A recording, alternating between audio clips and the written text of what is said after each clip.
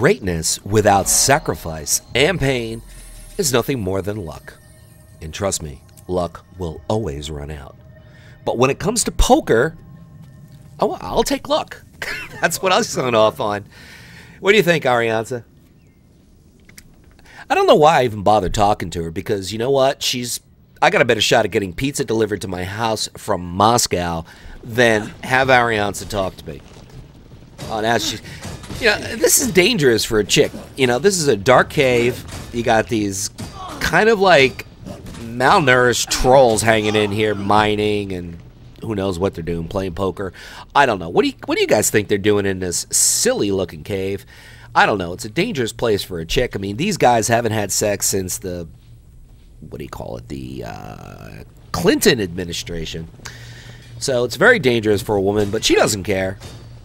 She's got guts. She's got courage. She will go out there and do this particular quest. You know what these guys in the cave look like?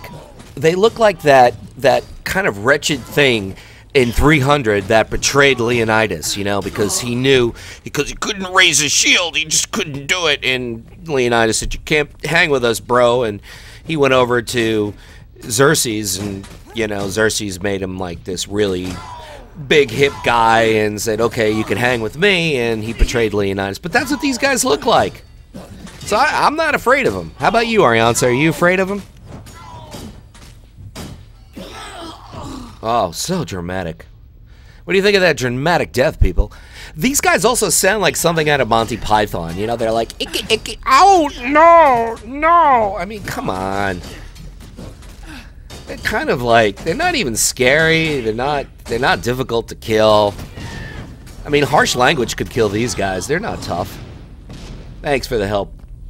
Got this chick there helping me.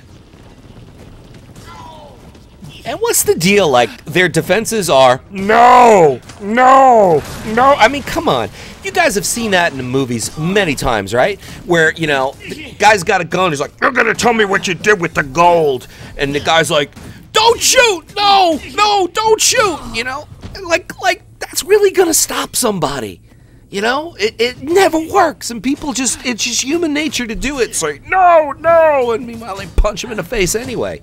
What are your thoughts on that? Why do you see that in comic books? Why do you see that in movies? Every dramatic thing, even video games. "No, no, no! I have a quest to do! And you're gonna die! That's the way it is! Get used to it! You'll just respawn in 10 minutes anyway." God. Icky. Icky. What does that mean? Icky. I really want a bow. What do you think? We gotta get you a bow, huh, Arianza? Not like a bow for your hair. I mean like a bow and arrow kind of bow. That's what we gotta get you. And so, the quest in the mighty cave continues with the people from 300, the evil guy, whose name I can't recall, who betrayed Leonidas. Just because he knew he wouldn't look good in tights like Leonidas. And that's something I don't understand about 300. Why? Why are those guys walking around without armor, and they're just like wearing like a diaper thong and a shield, and that's fucking it, right? "No, I don't need armor. I don't even need leather armor. I don't need a shirt." Why? Why? If that was real life, guess what? You're wearing at least leather armor. At least leather armor. Maybe even a shirt. Okay? You want to say that you want to appeal to the chicks? No. No, you're not appealing to the chicks. Because that kind of genre doesn't necessarily appeal to women. Women, you know, they want movies about relationships. Guys want, you know, shoot 'em up, blow 'em up. That's what guys want. So, I don't get it. What are your thoughts on that? Why are the guys in 300 wardrobe deprived? Holbrook. This is the main city, one of the main cities in Gw2. It's absolutely astounding. And what Arianza is doing is, look at this. Look at this. This is a visual spectacle. A spectacle. And one thing about Gw2 is that they advertise that the world they created is like a work of art, that it's like something that required brushstrokes of brilliance. Well, guess what? You delivered. If nothing else, you delivered on that. But this is just amazing, this place. And every place like it in the game, it is a visual spectacle. So Arianza's heading into this big hall where everybody kind of like drinks a lot of beer and eats a lot of bad food. And she's going to go and do her quest line, which is part of her story to develop her character. It's part of her story.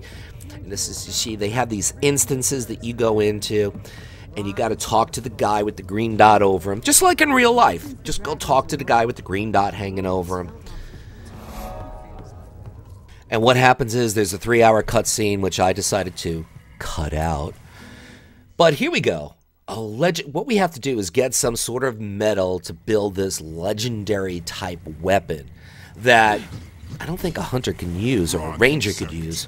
But nevertheless, we'll make this guy happy. Oh, this guy's talking smack. You gotta love it when, like, look at this guy. He's got a wardrobe from a rag box and he's talking trash. Search for some kind of steel that starts with a D. That's what we're looking for. And we have all these guys that are basically wearing rags and fighting with sticks, essentially. Very menacing. Very, very menacing. Arianza was very scared. I had to convince her to do this quest. Oh, wow. He's got some sort of big weapon there. It looks kind of cool. Oh, you're gonna die. You're gonna die. Yep. I can take care of myself from here. No, you can't. But there are more prisoners inside. Their sons dragged them in. And then I heard screams.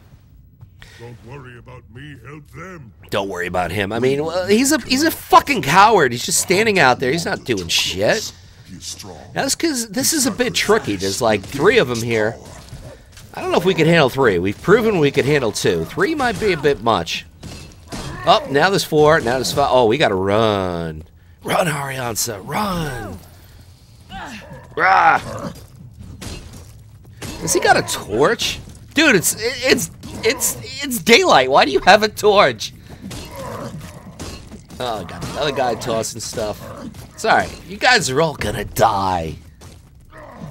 But don't worry, you'll respawn in about 10 minutes. And somebody else will kill you. That's the way it works. It's an easy job. Anybody could do it.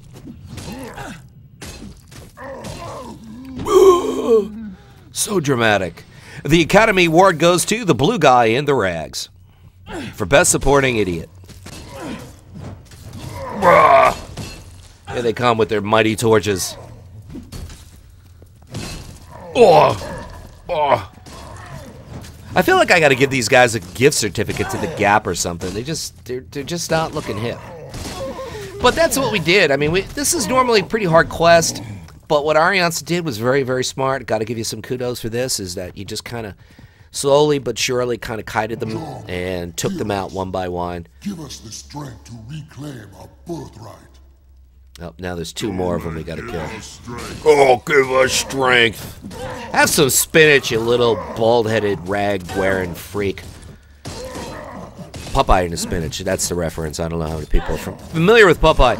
Leave it in the comments if you're familiar with who Popeye is. Old school cartoons. But now everybody's dead, almost including my pet. And we get the steel. Yes, take that. That's very important. No, you don't have to leave money or any kind of compensation. Just take the steel. There you go. And talk to the guy. There you go. Return to some guy who starts with a B in Holbrook. That's the pretty place. You know where that is, right? Good. Alright. Arianza, time to go. Let's get out of here. Run away. Go back. Return to steel. Be a hero. And that was quick. The magic of editing. Now we're back in the big hall in Holbrook. As you can see, this place is just majestic. Majestic. That's the word I was looking for. And click the guy. And then we have a little cutscene, which I cut out. I don't know. I just think the cutscene kind of slows down the action, and you get a pretty good idea what's going on. What are your thoughts? Do you want to see the cutscene and end up having a 20-minute video, or do you want a 10-minute video and not see the cutscene and let Luxeley fill you in on what's going on and etc., etc., etc.? What was that, Arianza? You know what she said? She said that she thinks the place needs some flowers and curtains. Oh my God. A woman's touch. But you know what's really interesting is you always can see a woman's touch.